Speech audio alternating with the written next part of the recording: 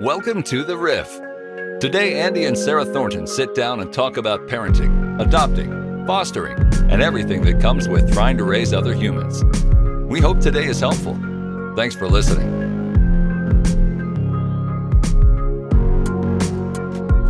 Well, hey there. Welcome to the Riff. This is another episode of a campus takeover. My name is Andy Thornton. I'm the campus pastor here at the Dream Center campus, and it is my pleasure today to lead this discussion with my very favorite human being in the entire universe, my wife, Sarah, of 23 years. And I am so excited to have her with me today. So thank you so much for joining us. And Sarah, thank you for being here. You're welcome. I appreciate it. Thank you for saying I'm your favorite. Yeah. Well, that's how we've made it 23 years. I want 23 more at least. Well, it is my privilege to have you here because I know that you have had a passion for fostering and adoption in your life. It started at an early age. And so we're going to talk a lot about that today. And at the Riff, I was instructed that you do not tell people ahead of time like what's going to happen. So it's like we're sitting down having a cup of coffee and I'm surprising you with this. So thank you for the flexibility that you have. Appreciate it. I feel like you have a little bit of an advantage because you know all the answers I do. To the questions. Maybe. Maybe. It might be different today. Okay. Like, I don't know. Like you could surprise me. Surprise. I changed my answer from 5 years ago. It could have been. It could have been. So we don't have to get into a lot about us, even though that would be cute and romantic, but to stay on point since we have about 30 minutes, tell me a little bit about just your idea of fostering and adopting, when it started in your life, because you kind of felt that urge to do this at a very, in my opinion, a very young age. So tell us a little bit about that. I remember a distinct moment when I was 18 years old. You were there with me. We were touring a residential facility in Mount Vernon, Missouri, where they have kids on site who are in foster care. They live in host homes with staff as parents. And there were like 6 or 8 kids per house. And in that tour, you probably remember there was a room in the middle of the house that was somewhat like a padded room. I think they called it a safe room. And kids who were overstimulated, dysregulated would go in there to calm down. And for me, that just became this metaphor. First of all, the fact that these children who were very young, a lot of them under 10, already had a need for that kind of space. They already had experienced significant trauma. And so that became this kind of vision for my life of how I want to be that safe space. And so 18 years old, that could have been just a phase, but it wasn't. It stayed with us. You kind of came on board. It took about a decade for you to be okay with it. That's true, but you warned me ahead of time. Like as we were dating, I went there with you. I think we went for like a, if I remember right, wasn't it? They did quilts or something like that. Fundraiser that they were doing, and pies and stuff like that. So if there's pies, I'm going to be there. And we toured the facility. And so it did take me a while, yes, to jump on board. But you did warn me ahead of time that, man, I really want to foster kiddos that are in situations like this. And I, thinking back to that time of seeing a room that was like that for kiddos that are in residential care, which residential care, explain that just a little bit about what that means as opposed to like being in a traditional home. So it would be kind of what used to be called a group home. So the kiddo may not be ready to enter a foster home, either because of behaviors or their case situation. So they'll be in a group setting for a while. Definitely not intended to be a long-term solution. Right. And so at that time, it seemed like there wasn't much out there about trauma-informed, trauma-based type thinking, ways to handle kiddos that had experienced trauma. Obviously, would you say that any kid that is placed in care experiences trauma, I would assume? Yes. So okay. Not only because of why they're in care, but just the act of removal is traumatic. And then also being in care can be very traumatizing, multiple placements and different things that cause grief and loss. Right. So to set the stage just a little bit, I'm going to kind of describe you for a minute and in comparison to me, right? So we've been married now, like we said, 23 years. I am kind of the emotional one, the talk a lot one, talk out my feelings, all that kind of stuff. You have always been the very logical one. Not that you're not romantic or emotional. You are, obviously. But you're the one who, as I grew up, I thought, man, I want to sit next to you because I want to cheat off your test, right? Because you're the one who always got the answers right. You know, I brag on you because you scored a 31 on your ACT. You get a full ride to college. I remember distinctly after we got married that I had a college bill while we were in college, and you would go and receive a check from the university. They paid you to go to school there. You got that check, and then we took it over to pay off my bill of what I owe to the university.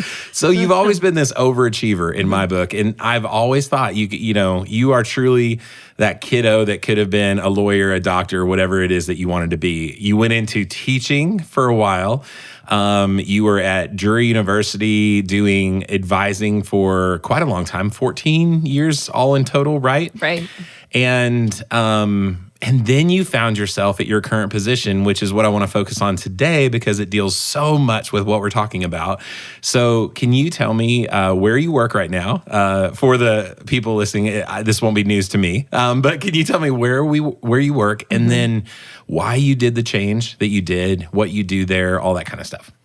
I work at Foster It Up Connect. This is a nonprofit resource agency in Missouri and Kansas. So we have a Springfield office, and we kind of facilitate programs that meet specific needs in child welfare.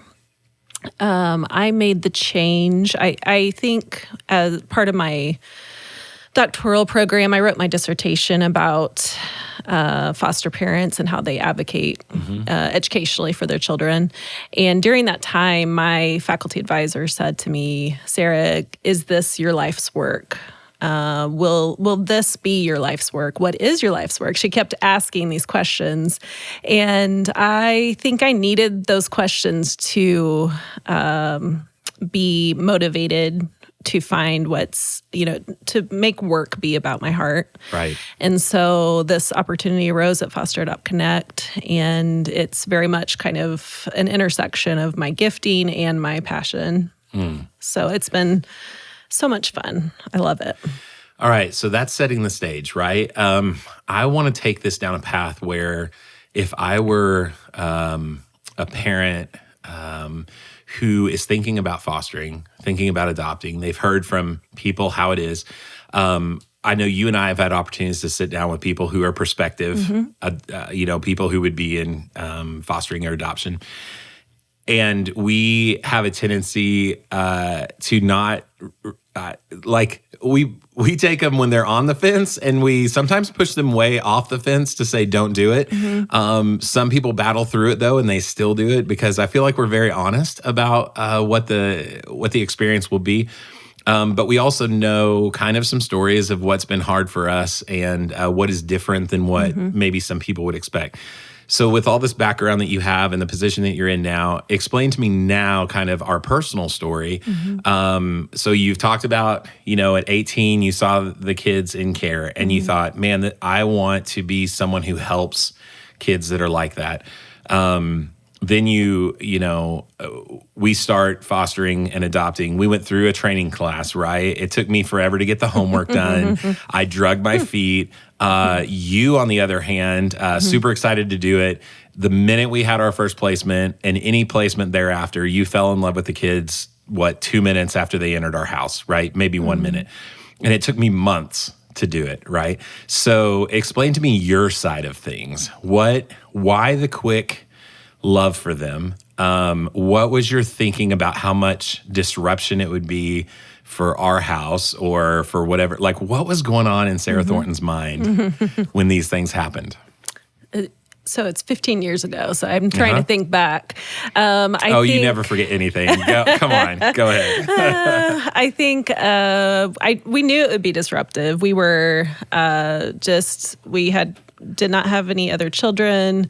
We were just enjoying, married life, and we just go out to eat at night and do whatever we wanted. Didn't have to worry about anyone else but ourselves.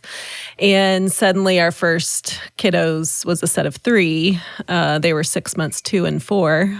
And it was like dropping a bomb in our house. Like, it was so, extreme for us.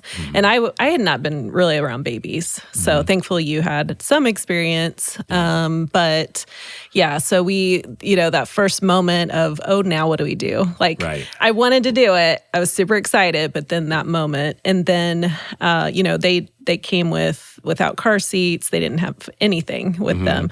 So I sat with the kids. I know you remember this very, very vividly. I do. You went to Walmart and got car seats. Yes. Came back with the car seats. We loaded up the kids, went back to Walmart to get clothes, diapers, formula, and all of that. Right. And so just that moment of like, here we go. And from that moment, it hasn't stopped. Like, it's every day solving a problem. So like you're a list person.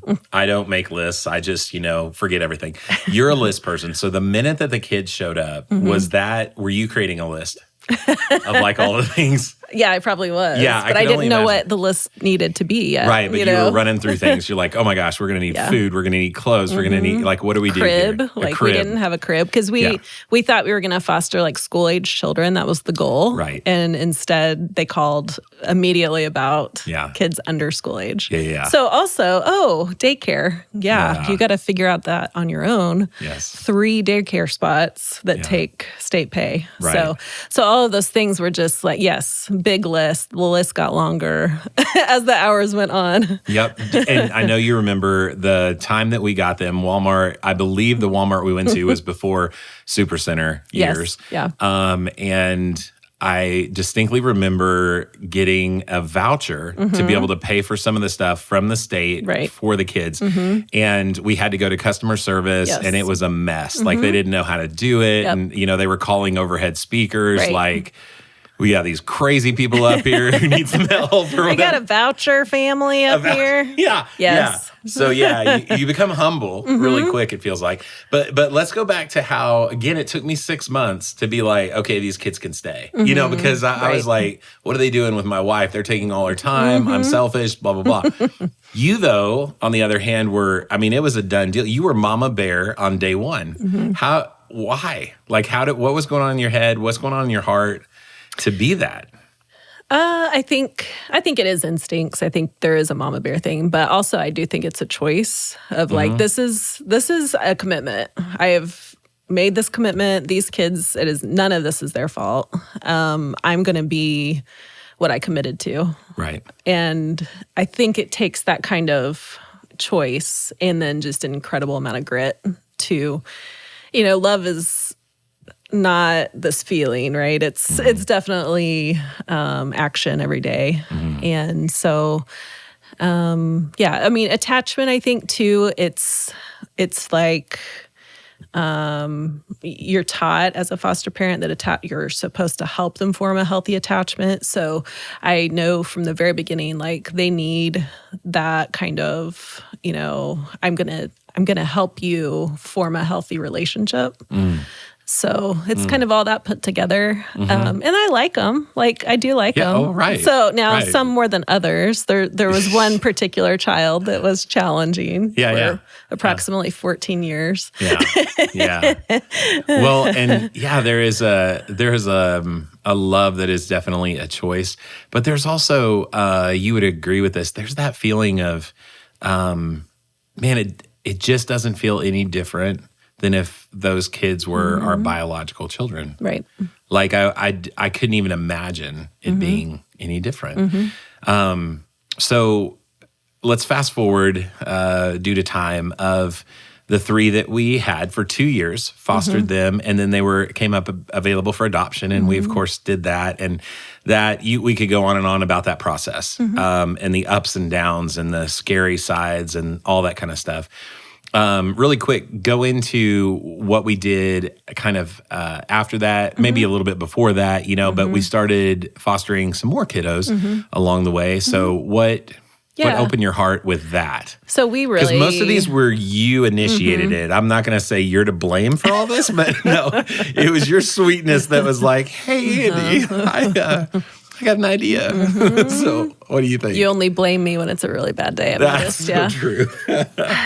So we really thought we were done with the 3. And, at the time we adopted, they were 2, 4, and 6. And so 1 in elementary school and 2 in daycare.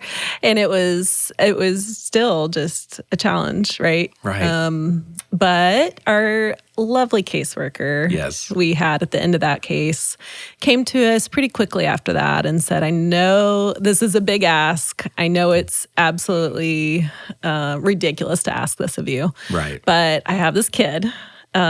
He's 16 years old. He looks terrible on paper. His file's thick, right? Like he's a risk. Right. But he's special. And he was special to her. He was a special kid. Yeah. And so we were like, okay, let's try it. Let's meet him, see what he thinks, kind of do an interview and go from there. Yeah. Obviously the big thing too is, does the kid fit with your current kids? So kind of feeling that out a little bit. Yep. Well, we did. We met with him and her, and it was just, we knew it was what we needed to do. Yeah. And again, that was never in our plan to take in a teenager. Right. But here he was. So then we were up to 4, and he just became like immediate big brother. Right. And he had been in like some residential places and transitional living. And so he was so happy just to have his own room. Right. Where he could like hang out and maybe have a friend over, just kind of that normal, life as you're ending high school. Right. And so we were able to be normal. I mean, as much as we can be normal, and kind of provide that family atmosphere. Right. And he's 29 now. One of my favorite people on earth. Yeah. Ornery as he can be. Yep. And I think all the kids, they're brothers and sisters, even though there's no biology there. Right. So that was amazing. And so it kept happening. Like we kept getting a call that we just couldn't. Yeah. Here's a 15-year-old boy. Here's a 16-year-old boy. Yeah. And of course, at that moment, we were also thinking long-term for these kids that when they are in care, especially bouncing around from either house to house or residential to residential, what's going to prepare them to be on their own, typically at 18. Because even though services are offered later and longer in their life, what kid wants to stay in foster care? Right. None. I haven't met one yet that wants to stay in. Maybe a few that are like, okay, well, if I get a benefit, I'll put up with meeting with a caseworker once a month. But yeah, I wouldn't want to be in it either, right? So that was kind of laid on your heart as this could be a really cool ministry, a really cool, just loving thing to do. It was just your normal. That's what I find so interesting. It wasn't you didn't even feel like it was this calling necessarily, or this. It wasn't you doing something for them. It was like you just need to do it, which is yeah. And I think too, it's not like being a savior, fixer, or anything. Right. It's truly relational for me. Like, yeah. I just get the most joy. I mean, not out of all of the hard stuff, but like the relationship. And so that's what it is. I learn as much as they learn. Right. And so tell me out of that, because I definitely know what you're saying there. If you go into it wanting to be a savior or a fixer, right? You want to fix them. Why in the world would you be so disappointed? Well, first of all, they're not like a science experiment. Yeah. It's really condescending when you think about it, to think of a kid that way. Second, it's not about outcomes. I don't think parenting is either, but I think sometimes we get in the mindset that, if we put them in the right school, on the right club team, give them the right tutor, the best counselor, and all the resource we can throw into it, then they're going to turn out. It's like a formula. And I don't think that's how it works. First of all, they have their own free will.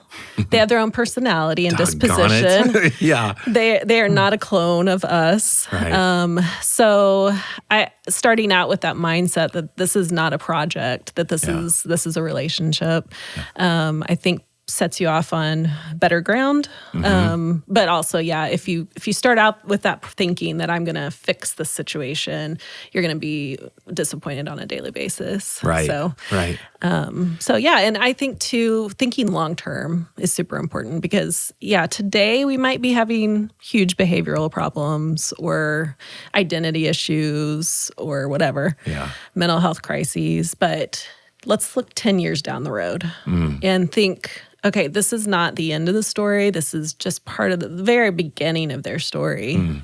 This is, I'm hoping when I'm 90, I'm sitting on the front porch, with Shaq and talking about, and he'd be like, 78? Yeah. And we're talking about, Sarah, such a good life I've lived. Right. Yeah.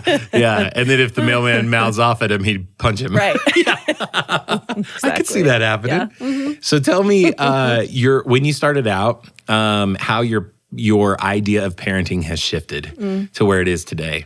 Because I've watched it shift and been along for the Yours ride. as well. Mine Yours has as well. shifted so Yes. much. Yeah. I joke about the bar that I set is so low right now. But it's because it was the complete wrong bar to have. It was a bar that I just grew up with. So it was all based upon performance. And like you said, it's a project. And that's all changed. But I want to know more about yours because you've helped me go through that change in a very healthy way. So tell me your thinking. And same with you. I think it's definitely been a team. Oh, you're so sweet, but we don't have time for that. So go back. So just mine. Yes, please. So I think I've grown in grace for myself and for you and for our kids. And that's probably part of just that growth process as you struggle. I think struggle is absolutely necessary for growth.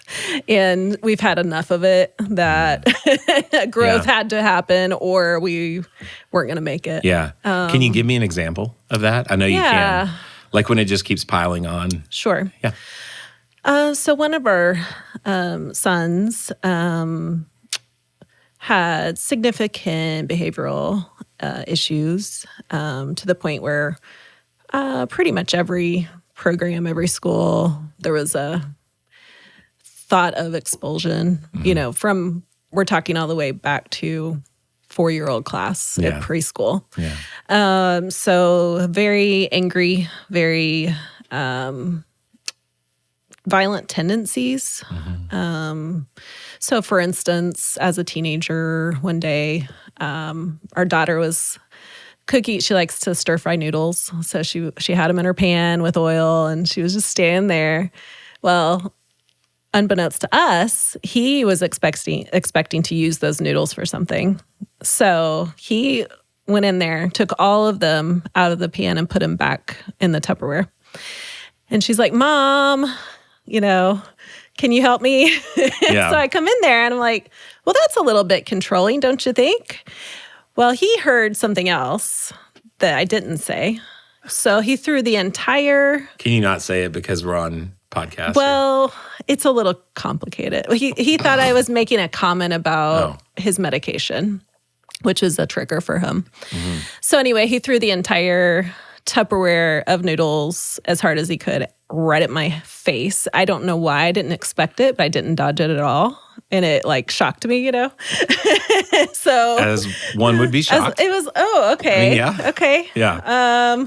So I loaded everybody up and the dog because I knew he was dysregulated, got in the van and left. And later came back to that and said, hey, what do you think about apologizing for that? And talked through what I saw as controlling. And he said, well, I thought you said my medication wasn't controlling me well enough. I said, I did not say that. And he said, well, I thought that's what you said, so no apology. And okay, interesting mindset there. Yeah. So those kinds of things, like just working, and this was a pretty regular, like Yes. there was just something regularly with him. Yes.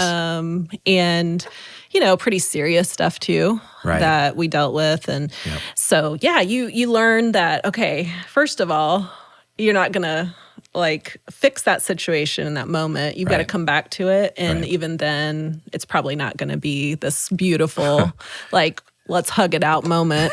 Yeah. And for those who are listening and they would be like, let's say my dad is listening, right? Okay. Not my dad in the state he's in now. He's a very sweet, kind guy. Yeah. But probably back when he was my age, he'd be like, boy, what that kid needed was a good swat across Right, the butt. You right. know, you allow too much to happen and all that sort of stuff. We tried that. We tried that after adoption. You can do corporal punishment after adoption. Apparently, that's a thing that that probably shouldn't be a great gift you give your kids after welcome to the family. This is 10 years worth right here. Right. No, but man, talk about not affecting him at all. Not bringing any kind of regulation whatsoever. And the more you learn about trauma, the more you learn about parenting, you realize that it's really typically for most kids not as effective as everyone thought it was at one point. And so I throw that tension out there because, someone might be listening right now thinking, well, I think, and then I'm like, we tried it. And this kiddo really had his foot down, really had you probably could have knocked him unconscious and he would still didn't matter. Come up ready fighting. to fight it. Absolutely. Yeah. I remember a story of him pouring hot coffee on you on the way to school, and countless other stories. And laughing at me. Yeah, and laughing. Okay, so that's where we're at in this story right now. Now you talk about how your parenting changed during that, how you loved him through that. And right now, like, let's knock on wood, right now, there's like this really healthy relationship, especially between the two of you. So what happened? How did that take place? Well, with attachment issues, often the caregiver or the safe person is the enemy for the kiddo. So I'm not saying that always makes it easier in the moment, but knowing that there was a lot of it wasn't intentional on his part. So I think as he's becoming an adult, he's realizing, first of all, I told him, we're not doing that anymore. You're 18. Right. I fulfilled my duty as a parent. Right. If you want my help, and I'm really good at helping, Right. like I'm really good, Right. then you're going to have to be respectful. I'm not going to allow you to speak to me that way. Right. And now that you're not in my household anymore. And one of the first helpful things you did was help him get a place to live. Right. Which has been very healthy in that sense. Yeah, so I think we're kind of through that, I'm still sort of safe place, but not in that like enemy mindset. Right. And then I think too, he's beginning to do his own therapy, processing some of the things that he was not willing to process. Right. Until, he's out on his own and there's really nobody to blame now. He's really got to figure it out, what he wants to be, Right. who he wants to be. Right. So parenting is never done. A lot of people know that who have been parents for years and years and years. So we have kiddos that range from 29 years old all the way down to 15 right now. What do you see the future holding, and what would you say to somebody who thinks, what do you see the future holding as far as parenting? Our particular family. Yeah. I think it's lifelong. Number one. I'm sorry about that. No, I know. I had this weird idea at 18, they leave, and I'm like, well, my job's done. And then if they want to come back and bring grandkids at some time, cool. Right. I think we're finding there's almost like this man. next stage of need. Yeah. And it's Doesn't stop. No, it doesn't stop. So yeah, I think it's lifelong. I do think, our youngest there's just a lot of it's fun to think about the future. For him and our daughter, and they're still in our household. So seeing where they're gonna head is gonna be exciting. I have a lot of hope and a lot of optimism. So even though I am glad that you asked me to share just an example or two of struggle, I mean the joy too, like the examples are endless of these just crazy, amazing moments that you get to experience that you could not experience any other way. So I think every parent could agree with that. Okay, I've got a few minutes left, and I'm going to open a can of worms that probably would need a part 2, but you're going to have to sum it up quick. Okay. I don't know how many of these takeovers we can do, but I want you to talk about your faith and how it ties in with your expectations of the kiddos that come through our house. Because I have, as a pastor, I've dealt with a lot of parents who see their kid, in their words, like walk away from the faith or not act like they should act, or they're not in church right now, or you know what I'm saying? All those kind of things. Things that I think you and I definitely have had conversations about, like, how we would love to see more interaction with the faith side of things. Right. But you have had such an incredible response. You have taught me so much on the logical side of understanding that. And then, like you said at the very beginning of this whole thing, that they have their own free will. And that's something hard for me to, because it's like, should we have done devotions every single day at the table 3 times a day? Right. And like, you got to go to church and all that, but so tell me your side of where was that when we began, and like you were thinking, this is how it'll be, and then where is it now, kind of thing. Right. Yeah. I think at the beginning I did think, I don't know. There was kind of this struggle. I even remember just taking them to church was a struggle. Oh, yeah. Because you had to be there early. Yeah, you were a single mom because I was in ministry. It was always a challenge. And I think there was sort of this, just they didn't feel connected. They didn't feel like they fit where we were at. So that was part of it. They felt very uncomfortable and dysregulated there. And so I think that's one thing is, you have to parent according to your particular children. And I just think you have to kind of design your lives around them. And I think too many parents do it the other way, that the kids have to just fit in. And it's, I understand sometimes it's not possible to redesign your life. But I think back to that, and I think I was putting, especially our son who had some sensory things, I was putting him in situations where he could not succeed. So that's part of it, the environmental part. As far as their faith, I think it goes along with everything else with free will, and faith is very individual. We have exposed them to what our values are, what we believe. They know what we believe. They will talk about it every once in a while. They'll talk about it later when they're older, I think, more. Like our 29-year-old. Yeah, starting to talk about it a little bit.